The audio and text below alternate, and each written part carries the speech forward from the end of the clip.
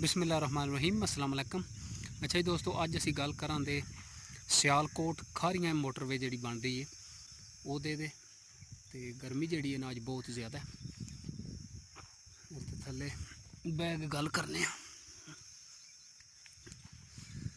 अच्छा जी दोस्तों, काफ़ी जो अरसा हो गया न्यूज़ में जोड़ा ना आ रहा है कि सियालकोट खारियां मोटरवे जी है वो बननी है। अलहमदुलिल्लाह, अल्लाह का शुक्र है, माशाअल्लाह एहदे जेड़ा काम है वो शुरू हो चुके हैं। सियालकोट खारियां मोटरवे दे एदी जेड़ी ज़मीन रिक्वायर आई वो खरीदी जा रही है संबड़ियाल तो लागे खारियां ताईं, क्योंकि पहला जी मोटरवे है लाहौर तो लागे तो संबड़ियाल जोड़ा सियालकोट का एयरपोर्ट है उत्थों ताईं मुकम्मल हो गई है तो फंक्शनल है। उस तो बाद एदा दूसरा जोड़ा समझो सैक्शन बनना, दूसरा फेस एदा बनना हा उस सियालकोट तो लागे खारियां ताईं जिदे काम जोड़ा शुरू हो गया। उस तो बाद तीसरा जोड़ा एदा सैक्शन बनना है वो खारियां तो लैके रावलपिंडी ताईं। तिना सैक्शना जी मोटरवे तैयार होनी ही और पहला सैक्शन तैयार हो गया है लाहौर तो लागे सियालकोट ताईं, और दूसरे दे जेड़ा साडे ज़िले तो जी गुजरनी है ਉਹਦੇ ਤੇ ਕੰਮ ਜਿਹੜਾ शुरू हो गया। तो माशाअल्लाह बहुत ही खुशी हुई है, क्योंकि ज़िले गुजरात जोड़ा पहली मोटरवे है जी साढ़े समझो गाँव तो नज़दीक की जोड़ा गुजरे दी, क्योंकि सानू जोड़ा सिटी नेड़े लगता लाला मूसा दौलता नगर, तो जी मोटरवे है दौलता नगर के साथ दी समझो दौलता नगर का इंटरचेंज भी है एक, तो दौलता नगर के नाल दी गुजर के जाए दी खारियां। अच्छा जी, यह शुरू हो रही है मोटरवे संबड़ियाल तो, उतों अगे आनी है जलालपुर जट्टां। यदा जोड़ा इंटरचेंज पहला वो संबड़ियाल एक बने दा, तो उस तो बाद जलालपुर जट्टां इंटरचेंज होवेगा। अगू तीसरा जोड़ा इंटरचेंज है वो पेरोशाह बने दा। उस तो बाद जोड़ा अगला इंटरचेंज है वो बने दा दौलता नगर तो बाद जोड़ा इंटरचेंज है आवेगा वो है गलियाना। ए दे इंटरचेंज ने तो यह जी मोटरवे है किहड़े किहड़े समझो इलाके है, सारी समझो गुजरात तो जी है विचों गुजर के जानी है, और सारे तकरीबन इंटरचेंज जोड़े ने एक संबड़ियाल बनना, और दूसरे जोड़े 5 इंटरचेंज ने वो ज़िले गुजरात विच ही आवन दे 5 इंटरचेंज। मोटरवे जी जलालपुर जट्टां दे चढ़द्यों हो गए जोड़ा लखनवाल पिंड है उतों गुजरे दी। उस तो बाद अगे आवे दी आजी वाला पिंड है, काफ़ी मशहूर और वड्डा पिंड है गुजरात का। ਉਹਦੇ नाल दी गुजर के अगे आ गया पेरोशाह भी इतना वड्डा जोड़ा सिटी तो नहीं, उंज काफ़ी जोड़ा ना वड्डा गाँव है, उत्थे दा इंटरचेंज भी बनना है। उतों पेरोशाह तो अगे आवे दी सीधी दौलता नगर नूं, और पिंड जोड़े आते हैं ये अगे लोरियां आंदा है, धुम्मा मलका, कोटला ढिंडा, तो उस तो बाद उमरवाल। जिस वेले ए दौलता नगर तो क्रॉस करना है, उस तो बाद आंदा निठर पिंड है, अगू सूंबड़ी, उस तो बाद अगे आंदा सिद्ध पिंड, अगे आ जाती पिंबर जी आज़ाद कश्मीर तो आ रही है ना वड्डी पिंबर लाले मूसे वाली, ਉਹਦੇ ਤੇ ਇਹਦਾ पुल बने दा, वो यार काफ़ी वड्डा पुल होवेगा।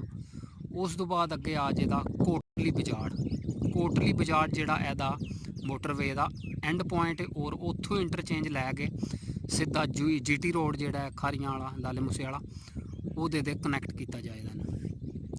उस तो बाद जोड़ा एदा तीसरा सैक्शन बनना है वो उतों कोटली बाजार तो खारियां तो लागे सीधा जाएगा रावलपिंडी। और यह मोटरवे के जोड़े 3 सैक्शन ने, फिर जिस वे अगला सैक्शन भी बने दा खारियां तो लैके पिंडी ताईं मोटरवे समझो जी है लाहौर तो लागे पिंडी ताईं कंप्लीट हो जाती।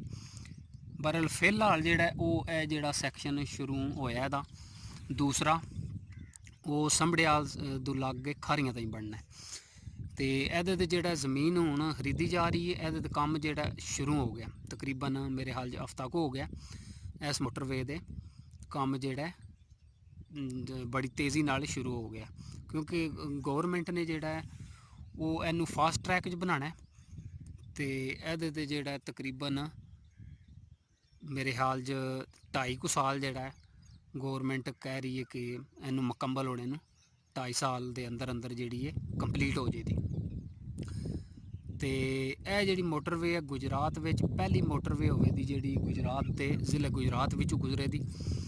ਔਰ ਜਿਹੜਾ ਇਲਾਕਾ ਹੈ ਇਹਦੇ ਵਾਸਤੇ ਸਮਝੋ ਸਿਲੈਕਟ ਕੀਤਾ ਗਿਆ, ਬਹੁਤ ਹੀ ਸਮਝੋ ਅੱਛਾ ਫੈਸਲਾ ਹੈ, ਕਿਉਂਕਿ ਲਾਲੇ ਮੂਸੇ ਵਾਲੀ ਸਾਈਡ ਦੇ ਔਰ ਗੁਜਰਾਤ ਵਾਲੀ ਸਾਈਡ ਦੇ GT ਰੋਡ ਅੱਗੇ ਗੁਜ਼ਰਦਾ, ਉਧਰ ਜਿਹੜਾ ਨਾ ਬਹੁਤ ਜ਼ਿਆਦਾ ਟ੍ਰੈਫਿਕ ਆਈ GT ਰੋਡ ਦੇ।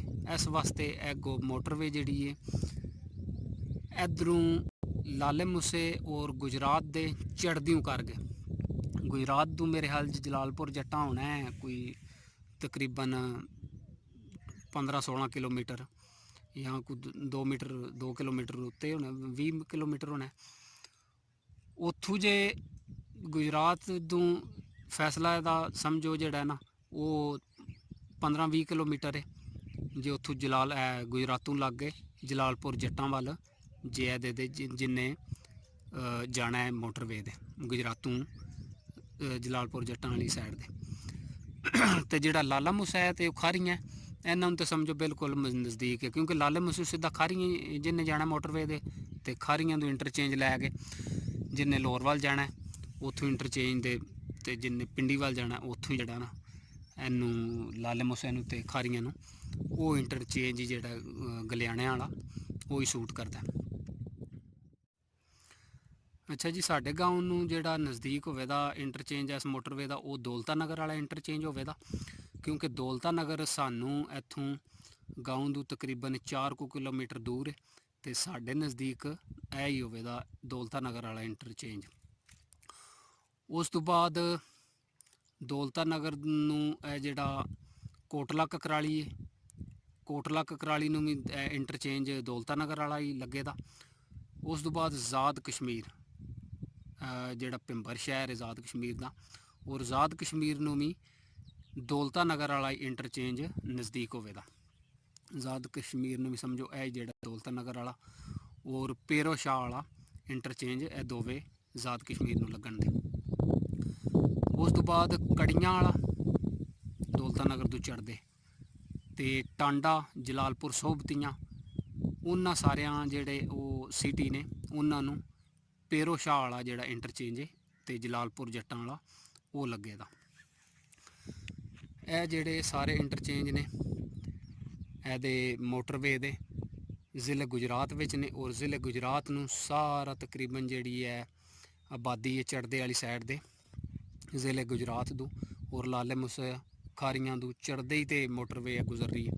ਤੇ ਇਹ ਸਾਰੇ ਇਲਾਕੇ ਚੜ੍ਹਦੇ ਵਾਲੇ ਨੂੰ ਬਾਰਡਰ ਦੇ ਨਜ਼ਦੀਕ ਸਮਝੋ ਨੇੜੇ ਨੇੜੇ ਜਿੰਨੇ ਵੀ ਇਲਾਕੇ ਨੇ ਬਾਰਡਰ ਦੇ ਔਰ ਜਿਤਨੇ ਵੀ ਇਹ ਦੂਸਰੇ ਇਲਾਕੇ ਨੇ ਜ਼ਿਲ੍ਹੇ ਗੁਜਰਾਤ ਦੇ, ਇਹਨਾਂ ਵਾਸਤੇ ਬਹੁਤ ਬਿਗ ਅਪਰਚੂਨਿਟੀ ਹੈ ਇਸ ਮੋਟਰਵੇ ਦੇ। ਕਿਉਂਕਿ ਉਮੀਦ ਹੈ ਦੋਸਤੋ ਤੁਹਾਨੂੰ ਇਹ ਵੀਡੀਓ ਪਸੰਦ ਆਈ ਹੋਵੇਗੀ, ਔਰ ਜਿਹੜੇ ਨਵੇਂ ਦੋਸਤ ਆਏ ਨੇ ਮੇਰੇ ਚੈਨਲ ਦੇ ਉਹ ਚੈਨਲ ਨੂੰ ਸਬਸਕ੍ਰਾਈਬ ਕਰ ਲਓ ਤਾਂ ਕਿ ਮੇਰੀ ਅਗਲੀ ਵੀਡੀਓ ਜਿਹੜੀ ਅਪਲੋਡ ਹੋਵੇ ਉਹ ਤੁਹਾਨੂੰ ਟਾਈਮ ਨਾਲ ਮਿਲ ਜਾਏ।